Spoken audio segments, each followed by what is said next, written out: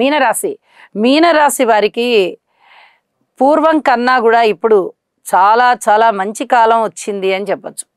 మొన్నటి వరకు 2 గ్రహాలే బాగున్నాయి, 1 గ్రహమే బాగుంది అని చెప్పుకుంటూ వచ్చాం.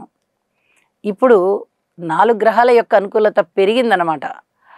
అద్భుతమైనటువంటి స్థితులు వస్తున్నాయి. కాబట్టి వీరికి అంత మంచి జరగడానికి అవకాశం ఉంది. చతుర్థ స్థానంలో శుక్రాచార్యుల వారు బాగున్నారు. అలాగే షష్ఠ స్థానంలో కుజ చంద్ర కేతువులు బాగున్నారు. వెరసి 4 గ్రహాలు బాగున్నాయి.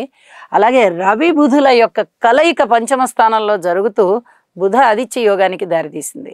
ఇది చెప్పుకోదగ్గ సూచన అనమాట. నిజానికి పంచమ స్థానంలో రవి గారు కానీ బుధుడు కానీ కలహాలను ఇస్తారు, కాస్త తలకాయ నొప్పుల్ని ఇస్తారు. ఏ పని సక్రమంగా అవ్వకుండా ఏదో వ్యాధినో పీడనో బాధనో ఏదో ఒక దాన్ని ఇస్తారు.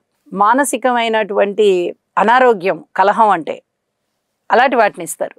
కానీ ఇక్కడ రవి బుధుల కలయిక అన్యోన్యతనిస్తోంది, సంతానం పట్ల సంతృప్తినిస్తోంది. ఇది చెప్పదగినటువంటి సూచన అనమాట. అలాగే ధనము విషయంలో ఇబ్బడి ముబ్బడిగా ధనం వస్తుంది. మరి ఒక పక్క ఏలినాడు శని జరుగుతోంది, ఇంకో పక్క గురుబలం లేదు అని అనుకుంటున్నాము.